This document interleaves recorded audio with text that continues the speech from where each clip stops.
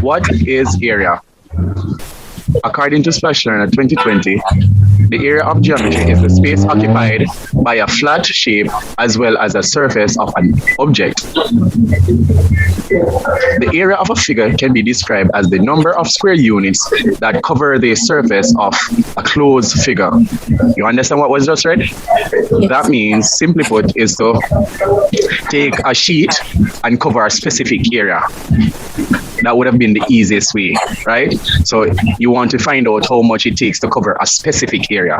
That is what it's saying.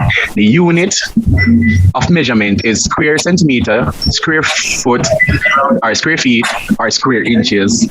So today, our specific topic will be area of a trapezium. What is a trapezium? Mathteacher.com 2020 indicates that a trapezium is a quadrilateral that only has one pair of parallel sides. There are three types of trapezium. These are isosceles trapezium, scalene trapezium, and right angle trapezium, indicated by the pictures. The formula for finding the area of a trapezium: A equal half times the sum of A plus B times the height, where A and B are the length of the parallel lines, and H is the length of the perpendicular height. Overview. Oxford Dictionary 2001 indicates that maths can be defined as the abstract science of number, quantities, and space through abstract concepts, and can be applied through other disciplines such as physics and engineering. Maths promotes logical reasoning, creative, critical, abstract, and spatial thinking, as well as problem-solving ability and effective communication skills. Many students exiting school at the secondary level still face discomfort when having to find or work with the area of two-dimensional shapes to solve problems. It was observed that finding the area of the trapezium poses major challenges, as evident in the CSEC reports. So at this moment, we are showing the evidence of the CSEC report, where CSEC report 2014 exam reports reveal that candidates perform below expectation at finding the area of the trapezium. And this is an exact extract from the report. The diagram below, not drawn to scale, shows a block of metal in the shape of a prism. The cross-section of the block is a trapezium, PQRS, with parallel sides QR and PS, and PQ.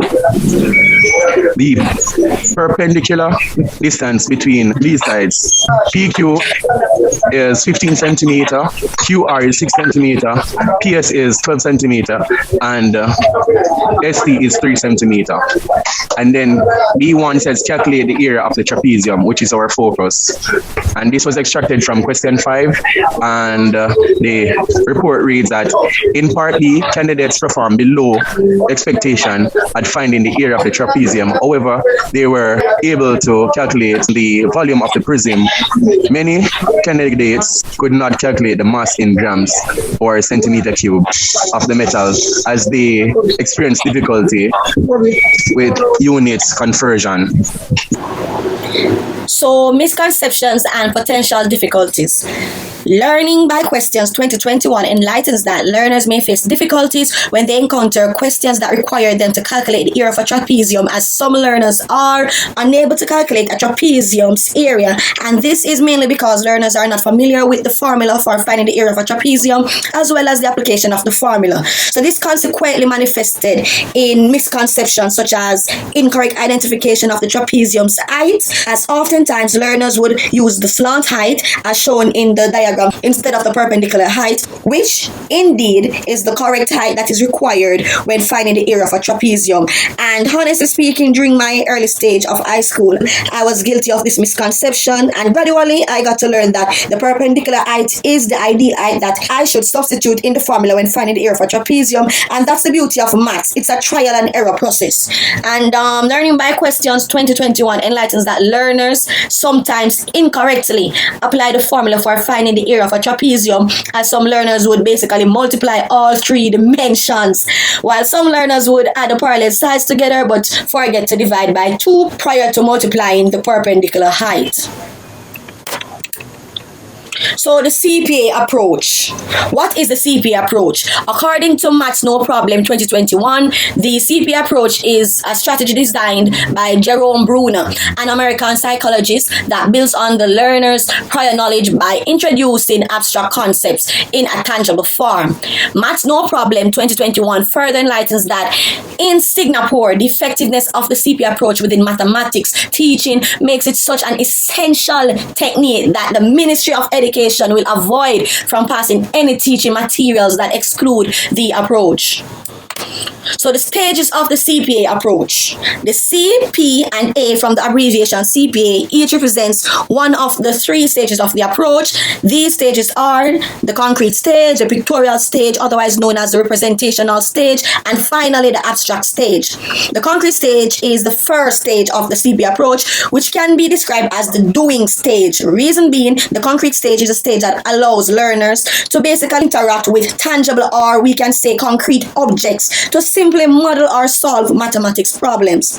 Adding to this, the concrete stage is the stage that firstly introduces abstract concepts with the aid of interactive concrete materials, and this is an advantage when it comes on to enhancing learners' learning, because oftentimes teachers would just jump straight into demonstrating how to solve a problem, and sometimes some learners would get lost during that demonstration. So with the concrete stage, it would basically bring abstract concept to life, as it would provide learners with the opportunity to experience and handle physical objects, leading towards building their prior knowledge. And of course, tactile learners would indeed appreciate this stage as it promotes kinesthetic learning.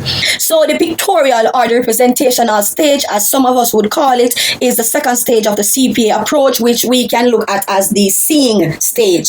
So this is the stage where visual presentations of the concrete stage aid in modeling mathematics problems, as during the stage, learners are basically encouraged to make mental connections or relationships between physical objects that they manipulated during the concrete stage and abstract pictures, diagrams, or models that they would visualize during the abstract or the representational stage.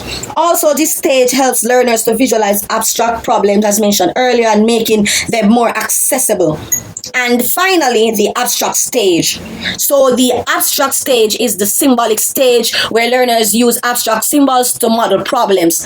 The abstract stage is a stage where the abstract content are introduced to the learner by the teacher. And during this stage, the teacher would, introduce learners to the concept of a lesson at a symbolic level, which only involves the use of mathematics symbols such as addition, subtraction, multiplication, division, and of course numbers as well as notations.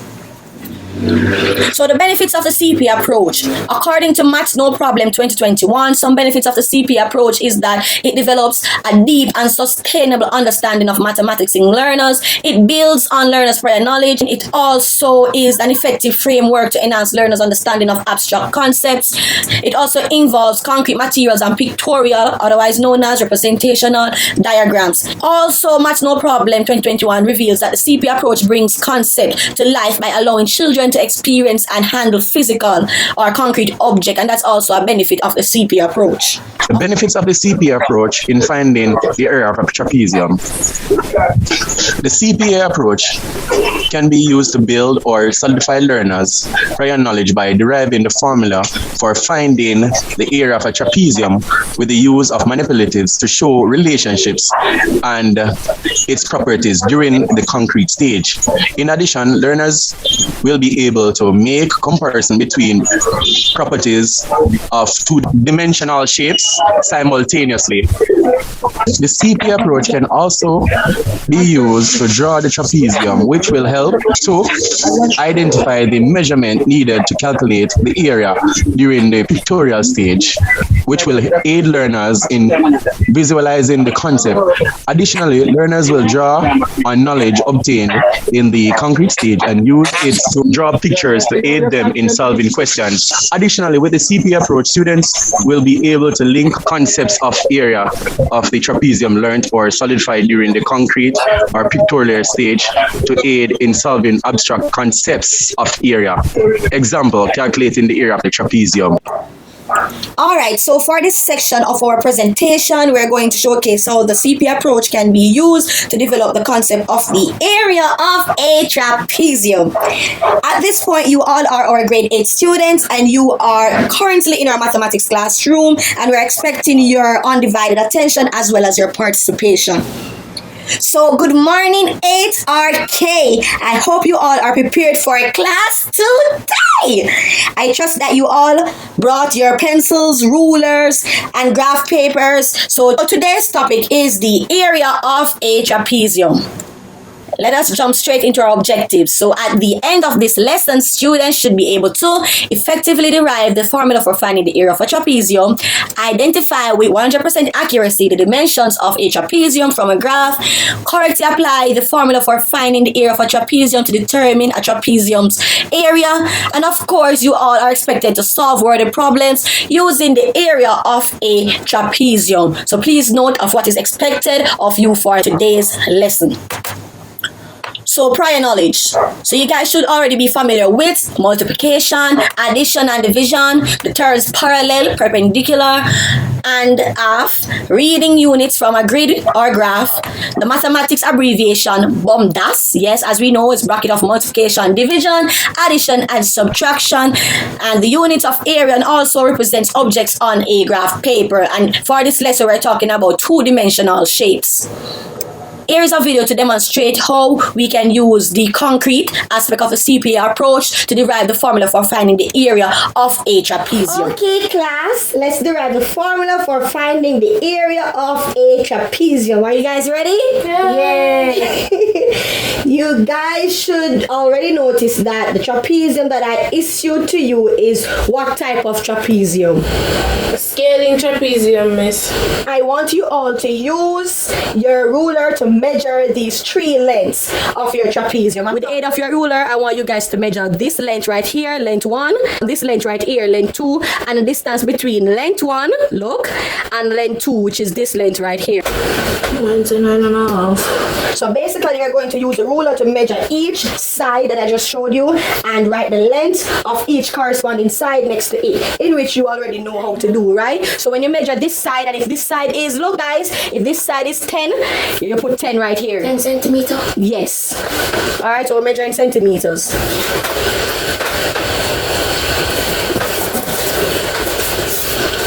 So for those who are joining us online, please ensure that you are also participating in this activity, because you'll never know if you're going to be that lucky student that I will be asking to turn on your camera and to showcase this lovely activity done by you. You guys should have already have your cartridge paper lined up along with your pair of scissors, ruler, and pencil by now. If you don't have cartridge paper, you can use a graph paper or a rule paper from your notebooks. Alright, so due to the fact that you guys are joining online, you didn't get the chance to get one of these. So at this point, you guys will be making one of these on your own. And I will guide you through that. So you are going to create a similar trapezium to mine's. Therefore, you all would have to use the dimension that mine has. And of course, I asked you guys first to measure length 1. So for mine's, length 1 would be 16 centimeter. As you can see, I already measured length 1, which is 16 centimeters. So what is my length 2? So look back on this. My length 2 should be down here, which is 24 centimeter, if you can see. So I'm gonna mark 24 centimeter down here, but wait, before I mark it down here, I need to find out what is my length 3 first to know the distance between length 1 and length 2. My length 3 should be the distance between length 1 and length 2. So my length 3 is 20 centimeters. So I'm going to mark 20 centimeters from my length 1 going down perpendicularly. So this is where my 20 centimeter stops, or my 20 centimeters should be, and then I'm going to mark it like this. See there, that's my 20 centimeters. And let me re-measure. I'm going to measure my length 2, which should be 24. So I'm going to mark 24 right here. All right. And then I'm gonna connect. I'm putting a closed shape, so I want all my edges to link. So I'm gonna connect it like this. And this is a scalene trapezium. So I'm going to give you guys online 1 minute to cut out your scalene trapezium, and 1 minute begins now.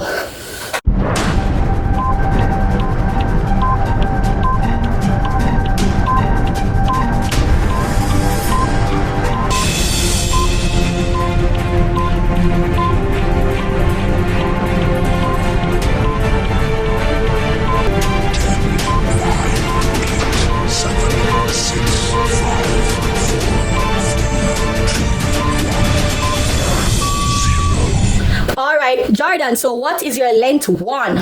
Show me your length 1 first. Where it is? Use your hand, draw your hand across it. Let us see. Show it to the camera. That's your length 1. So, what's the dimension of your length 1? 7.5 centimeters. Alright, and Crystal, what's the length of your length 1? Show me it. Yes, what's the length? 7.5 centimeters. As well. Alright, Jordan, your length 2.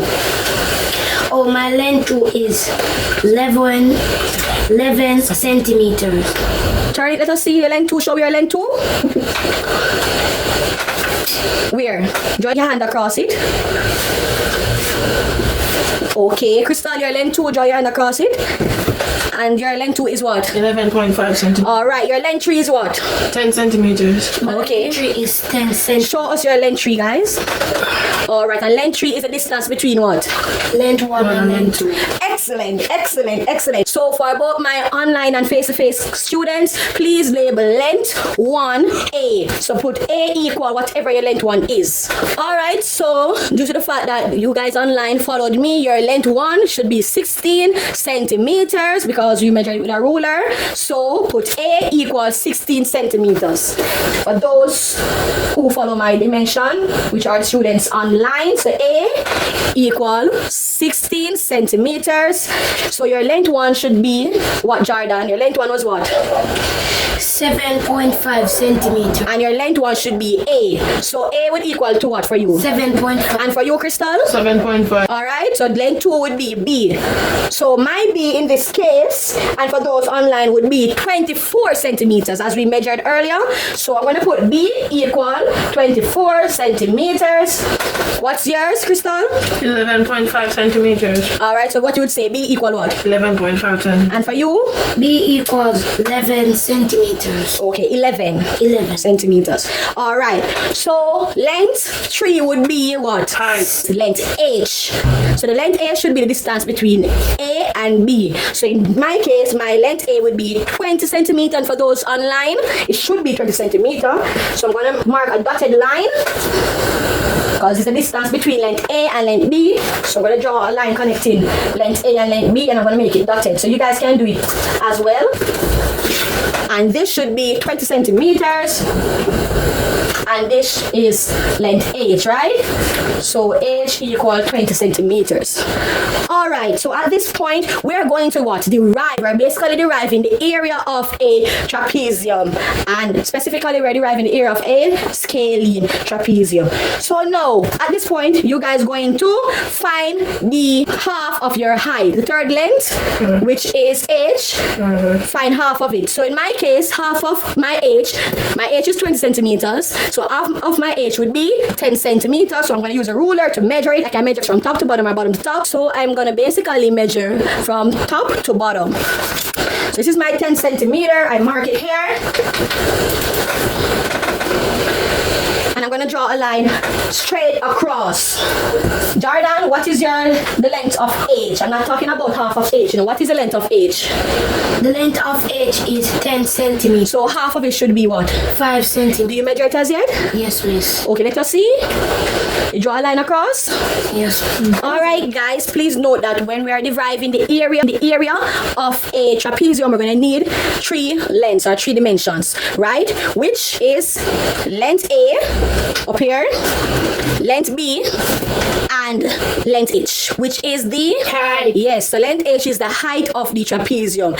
And what we did, we find half of the height and we cut parallel to length A and length B. What do we know about parallel lines? Parallel lines are lines that go straight. That Run straight and do not meet. Yes, they run in the same direction, right? So as you can see, when I found half of my length h, I ensure I draw a parallel line that is parallel to length A, and length B, all right, and this is supposed to be half of my height. So here to here should be 5 centimeters, so please label yours. And when we're finding the area, as I said earlier, we need length A, length B, and the height, but not necessarily just the height. We need a perpendicular height. What we know about perpendicular lines? When two lines are perpendicular to each other, they create a cross, and the angle between that cross should be 90 degrees. So we can test that, because when we are trying to derive the area of a trapezium, or when we are finding the area of a trapezium, we need length A, length B, and the height, but not necessarily just the height. We need a perpendicular height, meaning the line that we draw here should be perpendicular to the parallel lines, which would be A and B. Alright, so let us test if the height is perpendicular to the parallel lines. And if it's perpendicular to the parallel lines, the distance between the height and the parallel line should be 90 degrees, and we can use our protractor to do so. So as you can see, the distance between length B, well, this is length A, I turned it upside down. So the distance between length A and the height is indeed 90 degrees. And the same for length B, as you can see, 90 degrees. All right. And you guys can also test and see for yourself. You're testing, Jordan, show them. Excellent. All right, moving on. So now we're going to use our scissors to cut the height in two, and we already measured half of the height by dividing it by 2, right? Yes, please. All right, so I'm going to do the first demonstration. So we're going to cut the height in 2.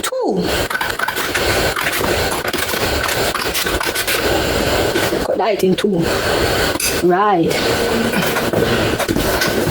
As you can see, my height is cut in 2. From the distance here to here should be half of the height, and same here, half of the height. And we still have our parallel lines, yes. Crystal, are you finished? All right. Now, what you're going to do, please do not mix up the order. What you're going to do is to use your hand and hold one side of it like this. And we're basically going to rotate the top half of the trapezium 180 degrees alongside the bottom half like this. Rotate it alongside there.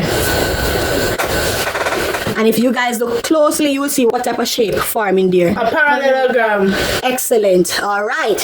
So do you think the parallelogram, the area of the parallelogram and the area of the trapezium is basically the same? I'm not talking about the formula, you know. Because remember, you know, we have the trapezium and we turn it into a parallelogram, right? Yeah. You think the area would be the same? Yes. Because why? We never really cut off any part and throw it away, right? No. Exactly. So the area would indeed be the same. All right. Just a fun fact right there. Now I want you guys to cut off this piece right here. We need to cut off a small triangle. So ensure, please use a ruler again and ensure that you measure a nice perpendicular line coming down right here. So mark it. Jordan, how are you doing? Let me see. Yours is lean. See, we're talking about perpendicular line. Here we are, Mr. Jordan. Alright, as you can see, class, I've marked a perpendicular line to the parallel line to get this little triangle right here. Now you guys are going to cut alongside this triangle. I hope you guys can see. So we're going to cut alongside the triangle. So please do not change the order. Cut the triangle and leave it right there. Before we cut out the triangle from the parallelogram, what you notice, now we notice that length B and length A now becomes the length of the parallelogram, right? And what happened to the height? The height now becomes half, right? Yeah. Because the distance between here and here should be half. Now we cut off the triangle, and what we should do at this point, we're not going to rotate the triangle or anything, but now we're going to take up the triangle and slide it. Woo! one slide to the end, the opposite end of the parallelogram. And what you notice, which shape is now formed? Class? A rectangle. Excellent, excellent. So this is how we basically derive the formula for finding the area of a trapezium, because as you can see, length B and A is now together. So we're going to add them. So this is length B. Right, distance A and length A now join each other and is now the length. So B plus A, right? I remember, we had first the height and now we end up with what? Half of the height, right? So that's where we get the half right here, and then put in the bracket and then the height. So this here and here will be half of the height. So the formula for finding the area of a trapezium is what? Half. Times the length A plus length B times the height. That is basically how we derive the formula for finding the area of a trapezium. Excellent. Alright, based on the activity done, these are the steps. You guys can indeed take a screenshot of this. So these are the steps in deriving the formula for finding the area of a trapezium. So students will be given the trapezium cut from a cartridge paper and will be prompted to use their pencils or rulers to perform this task individually. So step 1, students will be asked to label the trapezium as follows: A and B, where A is the top parallel side of the trapezium, and on the other hand, B would be the bottom parallel side of the trapezium, and they will respectively label this. So as you can see, the parallel sides in this diagram, as demonstrated earlier, would be A, this side here, and B. Step 2, students will be prompted to measure and record the height of the trapezium, and then they will further divide the trapezium's height by 2 to find the half of its height, as showcased in diagram here and was demonstrated in the video earlier. Step 3. Cut the trapezium in half, perpendicular to its height and parallel to the parallel sides A and B, and rotate the top half 180 degrees alongside the bottom half to form a parallelogram. Step 4. Using a ruler, cut a right angle triangle from the left of the parallelogram and slide it to the right side to form a rectangle. Step 6. Note that the height becomes half, so erase h and replace it with half h. Therefore, the formula for finding the area of the trapezium is half times a plus b times